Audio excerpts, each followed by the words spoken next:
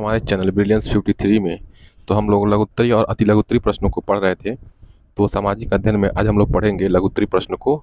ठीक है, जो भी पवन सीरीज में दिया है, तो पवन सीरीज को हम लोग पढ़ रहे थे। चैनल को सब्सक्राइब कर लेंगे, टेलीग्राम से जुड़ के पीडीएफ भी डाउनलोड कर सकते हैं। अगर आप और सब्जेक्ट का नहीं देखे हैं, विज्ञान, गणित, सामाजिक अध्ययन के बहुविकल्पी अति लघुत्तरी या शांति शिक्षा, शैक्षिक प्रबंधन और आरंभिक स्तर पर भाषा एवं गणित के पठन लेखन क्षमता का विकास, तो जाकर के आप प्लेलिस्ट बना है, वहाँ से आप लोग जाकर के देख सकते हैं। एमसीक्यू और अति लघुत्तरी प्रश्नों का मैंने पूरा 2016 से 2025 तक पढ़ा दिया है। तो लघुत्तरी प्रश्न को चलिए हम लोग पढ़ते हैं। आपको पता है ना, लघुत्तरी प्रश्न 2 नंबर का आता है। तो उत्तर प्रदेश के संदर्भ में प्रमुख शक्ति के साधन बताइए। 2022 और 2018 में पूछा है। तो उत्तर प्रदेश के संदर्भ में आपको यूपी स्पेशल पढ़ना है इसमें, चतुर्थ सेमेस्टर में। तो जल विद्युत केंद्र, तो हम लोग क्या, ये जल विद्युत केंद्र, यहाँ से हमको क्या मिलता है? जल विद्युत केंद्र से हमको लाइट मिलती है। तो प्रदेश में जल विद्युत यानी कि हाइड्रो पावर प्रोजेक्ट, तो जल विद्युत केंद्र कहाँ कहाँ है? मोहम्मदपुर में है, खातिया में है, पथरी में है, रिहंद में है। तो रिहंद कहाँ पे है? सोनभद्र जिले में है, रिहंद नदी पर। ताप विद्युत केंद्र, तो जल विद्युत से क्या मिलता है? इलेक्ट्रिसिटी जो आपके घर में आती है वो मोहम्मदपुर से, खातिया से, पथरी से, रिहंद से आती है। और ताप विद्युत केंद्र मतलब जहाँ से क्या हो, इलेक्ट्रिसिटी बनता है, किससे? ताप विद्युत केंद्र पे। जैसे कोयले वगैरह से बनता है। हरदुआगंज कहाँ पे है? हरदुआगंज, पनकी, ओबरा, पारिछा, अनपाड़ा, टांडा और ऊंचाहार में स्थित है। ये आपका ताप विद्युत केंद्र है। ओबरा भी है, ओबरा में है, पनकी में है, हरदुआगंज में है, अनपाड़ा, टाड़ा, ऊंचाहार और पारिछा। अब परमाणु विद्युत केंद्र यहाँ पे, जहाँ पे परमाणु से बनाया जाता है विद्युत केंद्र, जैसे यूरेनियम, थोरियम हो गया। तो प्रदेश का एकमात्र परमाणु विद्युत केंद्र नरौरा बुलंदशहर में है। तो हमारे उत्तर प्रदेश में एक ही क्या है जहाँ पे यूरेनियम, थोरियम जो परमाणु शक्तियां हैं उससे एक ही जगह पे चलता है, वहीं से इलेक्ट्रिसिटी भी जनरेट होती है। बहुउद्देशीय परियोजनाएं मतलब ऐसी परियोजनाएं नदियों पर बांध बना करके जिनके एक से अधिक उद्देश्य हो उनके बनाने का। तो रिहंद बांध से क्या हुआ, इसका जो बांध है इसका पानी को रोक करके क्या हुआ, इलेक्ट्रिसिटी बनाया जाएगा। तो जल विद्युत से क्या होता है? इलेक्ट्रिसिटी बनाया जाएगा। अब वो जो पानी बचेगा लोगों के लिए पीने के लिए भी हो सकता है और सिंचाई के लिए, तो इसीलिए इसको बहुउद्देशीय परियोजना कहते हैं। रिहंद बांध हो गया, शारदा नदी पर जो शारदा परियोजना है, रामगंगा परियोजना है, माता टीला परियोजना है, गंडक परियोजना है, घाघरा नदी परियोजना है, मध्य गंगा नहर परियोजना है, शारदा सहायक परियोजना है, गोविंद बल्लभ सागर परियोजना है, राजघाट बांध परियोजना है। तो राजघाट आपका गोरखपुर में है। तो ये सब क्यों बनाया गया है? क्योंकि इससे सिंचाई और इलेक्ट्रिसिटी मिलती है हम लोगों को। उत्तर प्रदेश का शक्ति के साधन हो गए। तो शक्ति के साधन में जल विद्युत शक्ति, ताप विद्युत शक्ति और बहुउद्देशीय। तो जैव विविधता किसे कहते हैं? बायोडाइवर्सिटी 2022 में पूछा है। तो जैव विविधता से तात्पर्य किसी स्थान विशेष पर पाए जाने वाला विभिन्न जंतुओं और उनकी प्रजातियों से। भारत छोड़ो आंदोलन पर टिप्पणी लिखिए 2022 से 2018 में पूछा है। तो 14 जुलाई 1942, ये इम्पॉर्टेंट है। भारत छोड़ो आंदोलन कब हुआ था? तो 14 जुलाई 1942 को वर्धा जगह है उसमें आयोजित कांग्रेस कार्य समिति की बैठक में भारत छोड़ो आंदोलन पर एक प्रस्ताव पारित किया गया। भारत छोड़ो आंदोलन को अगस्त क्रांति के नाम से, तो भारत छोड़ो आंदोलन को अगस्त क्रांति के नाम से जाना जाता है। भारत छोड़ो आंदोलन 9 अगस्त 1942 को शुरू होते ही, देखिए 14 जुलाई 1942 को जब कांग्रेस की कार्य समिति वर्धा में बैठक हुई थी, उस टाइम भारत छोड़ो आंदोलन का प्रस्ताव रख दिया गया था। और 9 अगस्त 1942 को शुरू होते ही गांधी जी तथा अन्य चोटी के कांग्रेस नेताओं को गिरफ्तार कर लिया गया, क्योंकि अंग्रेज नहीं चाहते थे भारत आज़ाद हो। उन तो कॉलोनियल औपनिवेशिक बनाया था, देश को लूट रहे थे, तो इसीलिए गिरफ्तार कर लिए। तो क्या हुआ, 14 जुलाई 1942 को वर्धा में कांग्रेस की कार्य समिति की बैठक होती है। उसी में भारत छोड़ो आंदोलन का प्रस्ताव रखा जाता है। और अक्टूबर 1942 अगस्त 9 अगस्त 1942 को क्या किया जाता है? गांधी जी को और अन्य नेताओं को गिरफ्तार कर लिया जाता है जो भारत छोड़ो आंदोलन से संबंधित थे। तो 9 अगस्त 1942 को गिरफ्तार कर लिया जाता है। सोचिए 14 जुलाई को ही बनी थी और 9 अगस्त को ही गिरफ्तार कर लिया गया।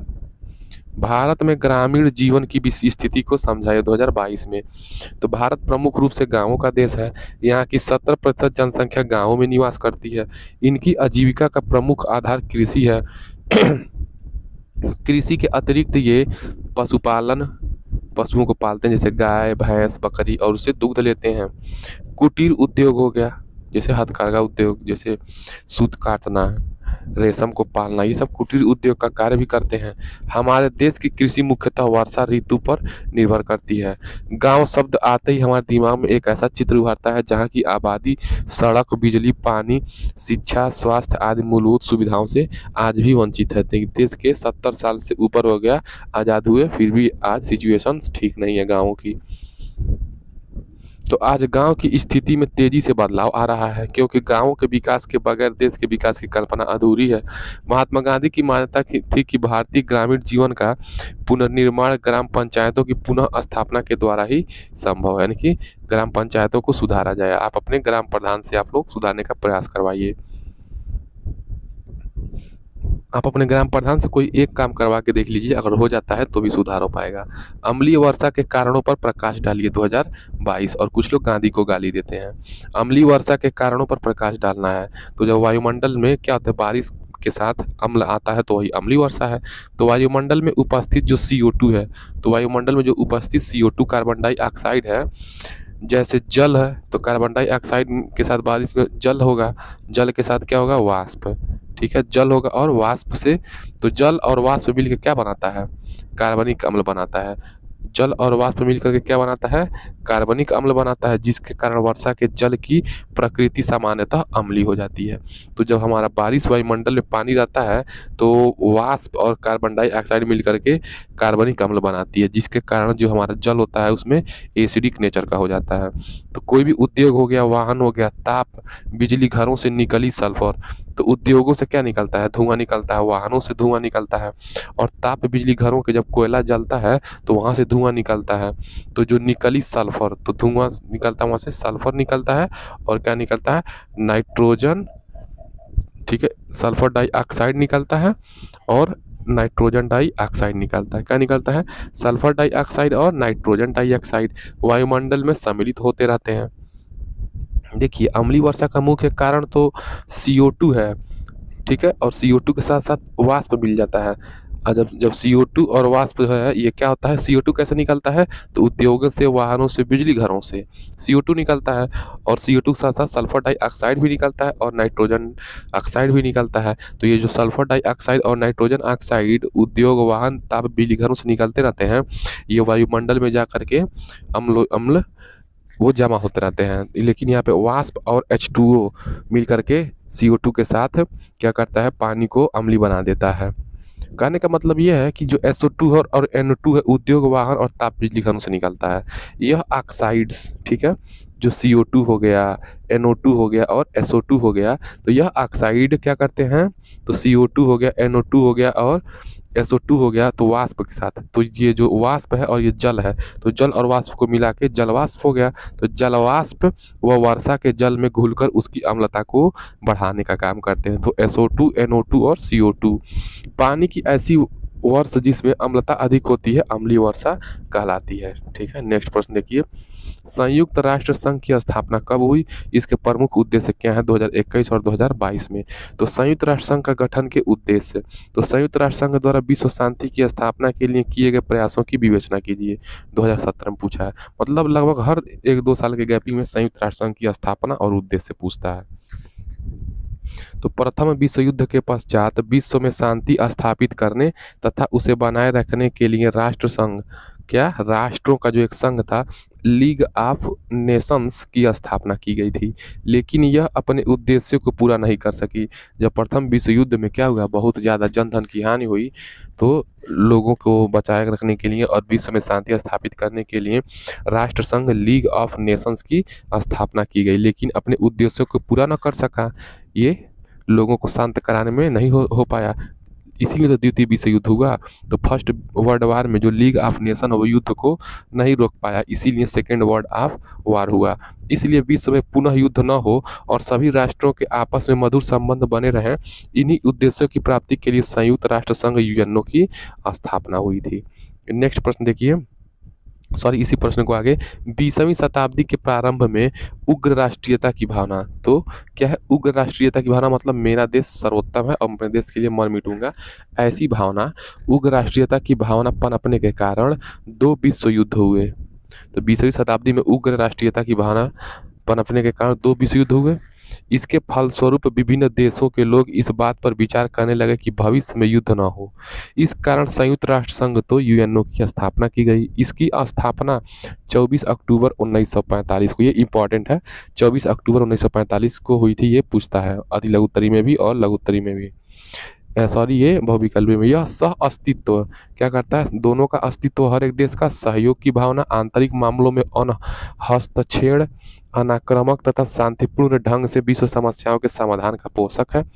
इसके एक विभाग UNESCO, United Nation of Educational Scientific and Cultural Organization, इसका फुल फॉर्म भी पूछता है आपका, अति लघुत्तरी प्रश्न में पूछा है चौथे सेमेस्टर में।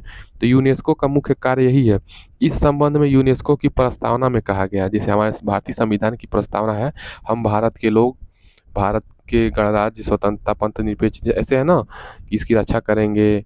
आज 14 नवंबर 1949 को शपथ लेते हैं। तो ये सब प्रस्तावना में कहा गया। उसी प्रकार यूनेस्को का प्रस्तावना है कि सरकारों के एकमात्र आर्थिक और राजनैतिक व्यवस्था पर आधारित शांति, ऐसी शांति कदापि नहीं हो सकती जिससे विश्व की जनता का निरंतर सर्वसम्मत और सच्चा सहयोग प्राप्त हो सके। इस कारण शांति स्थापना का आधार मानव जाति की बौद्धिक एवं नैतिक एकता होनी चाहिए। आगे प्रस्तावना में कहा गया है कि चूंकि युद्ध मनुष्यों के मस्तिष्क में उपजता है क्या होता है? युद्ध मनुष्य के मस्तिष्क में उपजता है। आप भी सोचते हैं किसी से झगड़ा करेंगे तो दिमाग में ही तो पहले सोचते हैं, डायरेक्ट थोड़ी लाठी डंडा लेके चले जाते हैं। तो अतएव मनुष्यों के मस्तिष्कों में ही शांति की किलेबंदी करनी होगी। तो अपने मनुष्य के क्या करना है? दिमाग में शांति का बीज बोना होगा, तब से यह शांति की दिशा में प्रयासरत है कि ऐसा तृतीय विश्व युद्ध ना हो। उत्तर प्रदेश के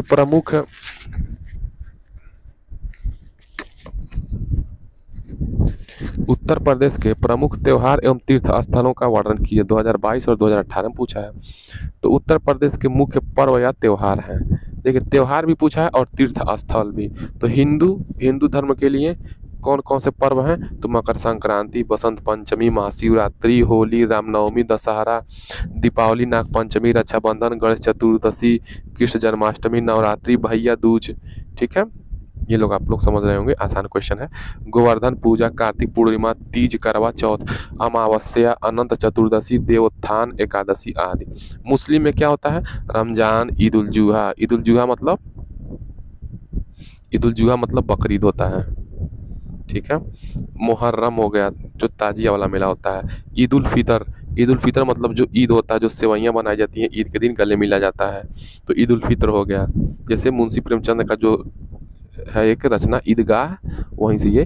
तो ईद उल फितर हो गया। वराफात क्या हो गया? मोहम्मद साहब का जो जन्मदिन है, मुस्लिमों के जो सबसे लास्ट पैगंबर हैं ये मोहम्मद साहब, ये वराफात उन्हीं के जन्मदिन में मनाया जाता है। शब बारात होता है, ये हलवा वाला त्यौहार होता है। जो हलवा वाला त्यौहार होता है उसको शब बारात कहते हैं आदि। इस शब बारात के दिन क्या कहता है? जो पूर्वज होते हैं, जिनकी मृत्यु हो चुकी रहती है, उनके मोक्ष के लिए क्या किया जाता है? प्रार्थना किया जाता है रात के 12 बजे तक, या आप रात भर कर सकते हैं पवित्र धर्म ग्रंथ कुरान को लेकर के।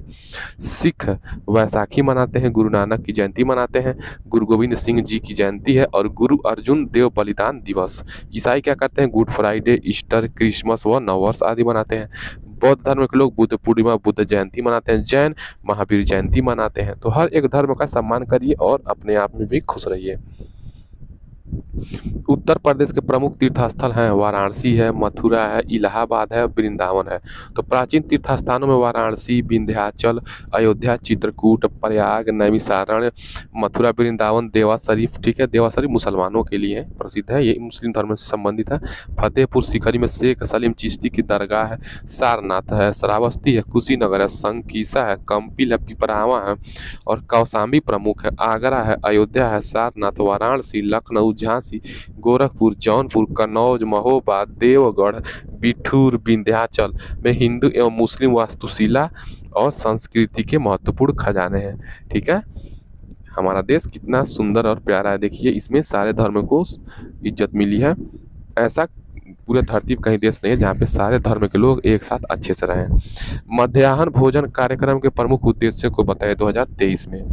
तो मिड डे मील भोजन कार्यक्रम के प्रमुख उद्देश्य प्राथमिक विद्यालय में बच्चों का नामांकन बढ़ाया जाए, ताकि कम से कम बच्चों की लगे कि वहाँ पे भोजन भी मिलता है और पढ़ाई भी होता है।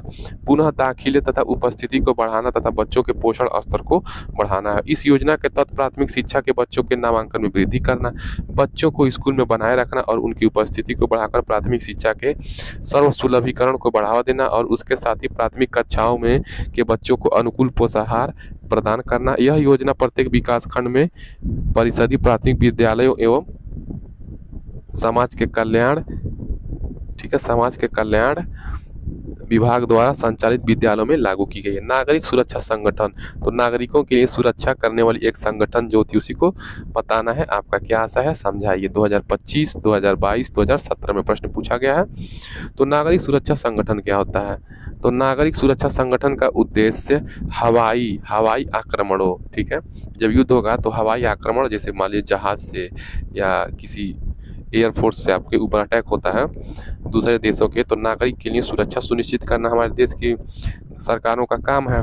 तो नागरिक सुरक्षा संगठन का उद्देश्य हवाई आक्रमणों एवं जनधन की हानि को कम करना। जब युद्ध होता है तो बहुत ज़्यादा क्या होती है, जनधन की हानि होती है। तो कम से कम कोशिश ये किया जाता है कि युद्ध के टाइम कम जनधन की हानि हो। औद्योगिक कृषि क्षेत्र में उत्पादन बनाए रखना, जनता के मनोबल को बनाए रखना, प्राकृतिक आपदाओं के समय राहत एवं बचाव कार्य में सहयोग करना, शांति काल में अधिकारियों स्वयं सेवकों को प्रशिक्षित करना तथा अन्य सामाजिक व जन कल्याणकारी कार्य जैसे पल्स पोलियो व महामारी की रोकथाम के लिए टीकाकरण आदि में सहयोग करना इस संगठन का उद्देश्य है। मिला जुला करके देश में युद्ध होते हैं तो उसको संभालना और लोगों को हतोत्साहित होने से बचाना है। स्वराज दल का गठन कब किया गया, उसके उद्देश्य क्या थे, 2022 में पूछा है। स्वराज दल के गठन को समझाइए। तो स्वराज दल का उदय कब हुआ था? तो जब मार्च 1922, तो स्वराज दल का गठन कब हुआ? मार्च 1922। तो मार्च 1922 में गांधी जी की गिरफ्तारी हुई, गांधी जी की मार्च 1922 में गांधी जी की गिरफ्तारी हुई। राष्ट्रवादी खेमे में बिखराव आने लगा, जो भी राष्ट्रवादी खेमे उसमें बिखराव आने लगा क्योंकि गांधी जी की गिरफ्तारी हो गई थी मार्च 1922 में। कांग्रेसियों के बीच इस बात की बहस छिड़ गई कि ऐसे संक्रमण काल में अब कौन सा रास्ता अपनाया जाए। दिसंबर 1922, तो दिसंबर 1922 में कांग्रेस का वार्षिक अधिवेशन हुआ। तो दिसंबर 1922 में कांग्रेस का क्या हुआ? वार्षिक अधिवेशन हुआ। इस अधिवेशन में कांग्रेस खिलाफत स्वराज्य पार्टी, कौन सा बना? कांग्रेस खिलाफत स्वराज्य पार्टी की नींव पड़ी। तो दिसंबर 1922 में क्या हुआ? कांग्रेस खिलाफत स्वराज पार्टी की नींव पड़ी। विधान परिषदों में प्रवेश की वकालत कर रहे, तो जो भी विधान परिषद में अपने प्रवेश की वकालत कर रहे विचारधारा के समर्थक वल्लभ भाई पटेल, राजेंद्र प्रसाद, सी राजगोपालाचारी, M.A. अंसारी थे तथा दूसरी ओर स्वराज पार्टी की अगुवाई CR दास, कौन? चित्तरंजन दास। CR दास मतलब चित्तरंजन दास और मोतीलाल नेहरू कर रहे थे। यानी कि कांग्रेस खिलाफत स्वराज पार्टी दिसंबर 1922 में वार्षिक अधिवेशन के टाइम बना।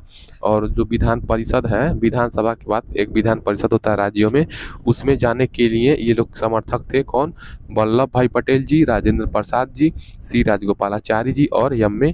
अंसारी जी।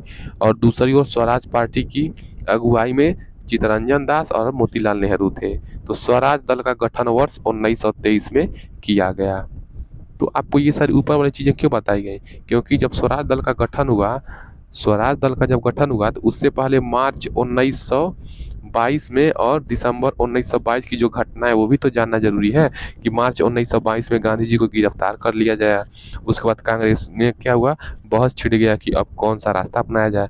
तो दिसंबर 1922 में क्या हुआ? कांग्रेस का वार्षिक अधिवेशन हुआ और उसी में कांग्रेस खिलाफत स्वराज पार्टी का गठन हो गया।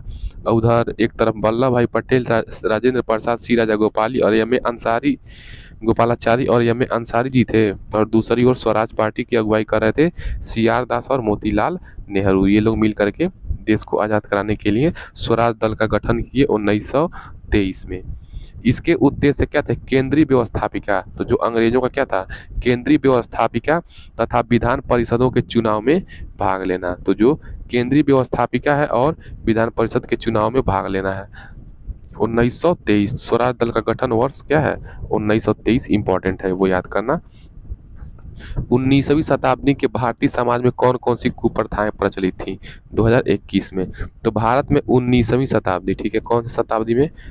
19वीं सेंचुरी में जाति प्रथा, छुआछूत छुआछूत, सती प्रथा, बाल विवाह, बहुपत्नी विवाह, कन्यावध, निरक्षरता, स्त्री शिक्षा का अभाव आदि बुराइयां चरम सीमा पर थी। ये तो आपको पता है ना, एक से अधिक लोग विवाह करते थे, कन्याओं को जन्म लेने से पहले ही क्या करते थे? मार देते थे।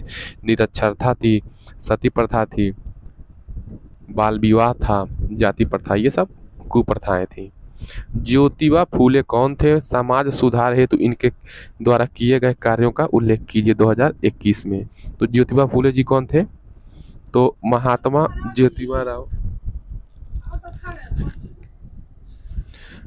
ज्योतिबा राव गोविंदराज फूले। कौन? महात्मा ज्योतिराव गोविंदराज फूले 19 अप्रैल 1827 से 28 नवंबर 1890। तो महात्मा ज्योतिराव गोविंदराज फूले 19 अप्रैल 1827 को इनका क्या हुआ? जन्म हुआ, और 28 नवंबर 1890 को इनकी मृत्यु हो गई। एवं भारतीय समाज सुधारक, तो याद रखेंगे 19 अप्रैल 1827 और 28 नवंबर 1890। एवं भारतीय समाज सुधारक, समाज प्रबोधक, विचारक, समाज सेवी, लेखक, दार्शनिक एवं क्रांतिकारी कार्यकर्ता थे। इन्हें महात्मा फूले एवं ज्योतिबा फूले के नाम से भी जाना जाता है। सितंबर 1873 में इन्होंने महाराष्ट्र में सत्यशोधक समाज नामक संस्था का गठन किया। तो सत्यशोधक समाज का गठन 1873 सितंबर 1873 में। महिलाओं व दलितों के उत्थान के लिए उन्होंने अनेक कार्य किए। समाज के सभी वर्गों को शिक्षा प्रदान करने के ये प्रबल समर्थक थे। वे भारतीय समाज में प्रचलित जाति पर आधारित विभाजन और भेदभाव के विरुद्ध थे। इनका मूल उद्देश्य स्त्रियों की शिक्षा का अधिकार प्रदान करना, बाल विवाह का विरोध, विधवा विवाह का समर्थन करना रहा है। फूले जी समाज की कुप्रथा, अंधश्रद्धा के जाल से समाज को मुक्त करना चाहते थे। अपना संपूर्ण जीवन उन्होंने स्त्रियों को शिक्षा प्रदान करने में व्यतीत किया। 19वीं सदी में स्त्रियों की शिक्षा नहीं दी जाती थी। फूले महिलाओं को स्त्री पुरुष भेदभाव से बचाना चाहते थे। उन्होंने कन्याओं के लिए भारत देश की पहली पाठशाला पुणे में बनाई। तो पहली पाठशाला पुणे में बनाई। स्त्रियों की तत्कालीन दयनीय स्थिति से फूले की बहुत व्याकुल और दुखी होते थे। इसलिए उन्होंने दृढ़ निश्चय किया कि वे समाज में क्रांतिकारी बदलाव लाकर ही रहेंगे। उन्होंने अपने धर्म पत्नी सावित्रीबाई फूले को स्वयं शिक्षा प्रदान की। सावित्रीबाई फूले भारत की प्रथम महिला अध्यापिका रही हैं। ठीक है, नेक्स्ट प्रश्न देखिए। 1857 की जो क्रांति हुई, 1857 के प्रथम स्वतंत्रता संग्राम की जो क्रांति हुई, वो असफलता के क्या क्या कारण थे उसको लिखना है। तो देखिए 2021-2019 से पूछा है। तो क्रांति का समय से पहले हो गया, डिसाइड था कब? 31 मई 1857 को, लेकिन हो गया 10 मई को ही। तो बैरकपुर छावनी के सैनिक मंगल पांडे ने ही विद्रोह कर दिया था, क्योंकि गाय और उस कारतूस में उस टाइम रॉयल इनफील्ड जो एनफील्ड राइफल थी उसमें गाय और सुअर की चर्बी लगी हुई थी। यदि क्रांति निश्चित दिन सब जगह एक साथ और एक समय से होती तो अंग्रेज सब जगह पराजित हो जाते, देश भर में अंग्रेजी सत्ता का सदैव के लिए अंत हो जाता। लेकिन क्रांति समय से पहले हो गया, तो क्या हुआ? डिस्टरबेंस हो गया, कोऑर्डिनेशन करने में डिस्टरबेंस हो गया। क्रांति की तिथि 31 मई 1857 थी, किंतु 10 मई 1857 को ही क्रांति का विस्फोट हो गया। लेकिन कुशल नेतृत्वकर्ता उस टाइम नहीं था, नहीं तो हम लोग को देश 1857 में ही आज़ाद हो गया होता। 1947 इतना लेट नहीं होता। सैनिक दुर्बलता व उचित सेना का अभाव, सैनिकों का भी क्या था? प्रशिक्षण का अभाव था। अच्छे राशन वगैरह नहीं थे और उचित नेता नहीं थे। तो क्रांतिकारियों में वीरता और त्याग बहुत था। नाना साहब में संगठन की शक्ति थी। तो जो नाना साहब थे, जो बाजीराव के दत्तक पुत्र थे, तो नाना साहब बाजीराव के दत्तक पुत्र थे, तो संगठन की शक्ति थी, किंतु वे अच्छे सेनानायक नहीं थे। नाना साहब तात्या टोपे वीर थे, किंतु वह यूरोपीय रणनीति में दक्ष नहीं थे। तो तात्या टोपे क्या थे? वीर थे, किंतु यूरोपीय रणनीति में दक्ष नहीं था। देखिए कितना ये गलत लिखा है, नहीं थे, उनको रिस्पेक्ट से बात करिए। तो तात्या टोपे वीर था, किंतु वह यूरोपीय रणनीति में दक्ष नहीं थे।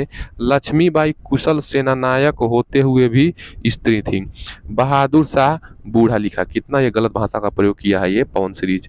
तो बहादुर शाह क्या थे? बूढ़े थे और अशक्त था। कितने रेट की भाषा यूज कर रहा है ये पवन सीरीज, ठीक है। तो बहादुर शाह बूढ़े और अशक्त थे। इस प्रकार सैनिक दुर्बलता और एक सेनानायक न होना भी संग्राम की विफलता का कारण था। अंग्रेजों के पास लॉरेंस ऑटरम, ठीक है, लॉरेंस ऑटरम, हैवलॉक तथा एडवर्ड्स जैसे अनुभवी और दूरदर्शी सेनाध्यक्षों के साथ आधुनिक अस्त्र शस्त्र व संचार के साधन थे। तो उसके टाइम क्या थे? कैप्टन वगैरह उनके लॉरेंस ऑटरम, हैवलॉक और एडवर्ड्स जैसे अनुभवी और दूरदर्शी सेनानायक थे। राष्ट्रीयता की भावना का अभाव था। तो भारत के सामंत वर्ग, जो अमीर वर्ग है, वो अंग्रेजों का साथ दे दिया है। तो जो भारत के अमीर वर्ग थे, जमींदार थे, वो अंग्रेजों के साथ मिल गए और समाज के सभी वर्गों ने क्रांतिकारियों का साथ नहीं दिया। तो क्रांति में कौन सम्मिलित था? मिडिल क्लास और गरीब लोग सम्मिलित थे, अमीर लोग नहीं सम्मिलित थे, वो अंग्रेजों के मिल गए थे। आर्थिक कठिनाई, साधनों के अभाव में सैनिकों की भर्ती करना और अन्य अस्त्र शस्त्र खरीदना कठिन हो गया, अतः क्रांतिकारी अंग्रेजों का प्रतिशोध सफलतापूर्वक नहीं कर सके। आवागमन और संचार के साधनों का अभाव, तो उस समय रेल, डाक, तार, सड़कों आदि साधनों का विकास हो चुका था। ये साधन अंग्रेजों ने क्रांति को दमन करने के लिए प्रयुक्त किए थे। नेक्स्ट प्रश्न देखिए, सन 1857 ईस्वी के विद्रोह के किन्हीं दो कारणों पर प्रकाश डालिए, 2025-2018। तो 1857 की क्रांति के क्या कारण थे? तो 1857 के प्रथम स्वतंत्रता संग्राम के कारणों का प्रकाश डालिए। 2020 में सेम प्रश्न रिपीट होता है, प्रीवियस ईयर, इस साल भी रिपीट होंगे। 1857 के जो प्रथम स्वतंत्रता संग्राम के कारण है, देखेंगे हम लोग क्या होगा। तो राजनैतिक कारण, तो राजनैतिक कारण में क्या है? लॉर्ड डलहौजी की अपहरण नीति के अनुसार राजाओं को संतान न होने की दशा में देसी राजाओं के राज्य को अंग्रेजी राज्य में मिला लेता था। कितना होशियार था। और झांसी का राज्य भी इसी कारण अंग्रेजी राज्य में मिलाया गया और इससे झांसी की रानी तथा कानपुर के नाना साहब आदि अंग्रेजों के विरुद्ध संघर्ष किए, क्योंकि इनका जो साम्राज्य था बिखर रहा था, इसीलिए इन्होंने 1857 की स्वतंत्रता में भाग लिया। अवध के नवाब की वफादारी के बाद भी अवध को अंग्रेजी राज्य में मिलाया गया, इससे मुसलमान तथा अन्य शासक रुष्ट हो गए।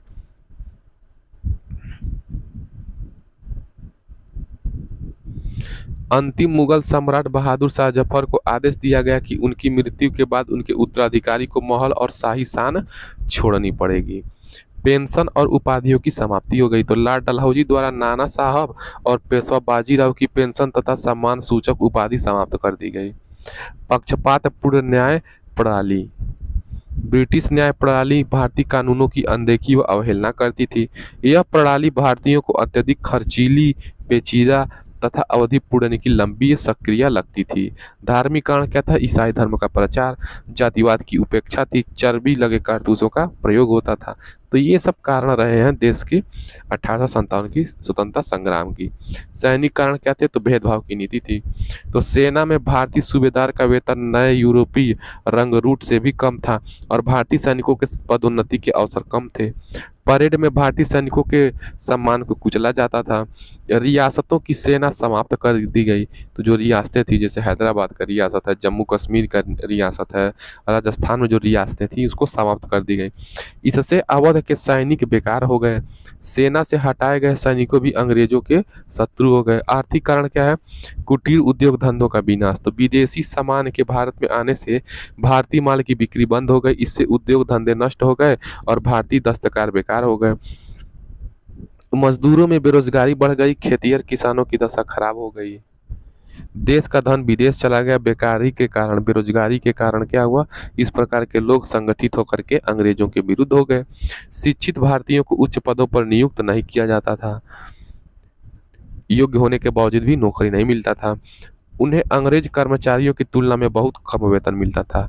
तो भारत के सेनाओं को कम वेतन वो लोग देते थे सब, ठीक है, इसीलिए वो गुस्से हो गए।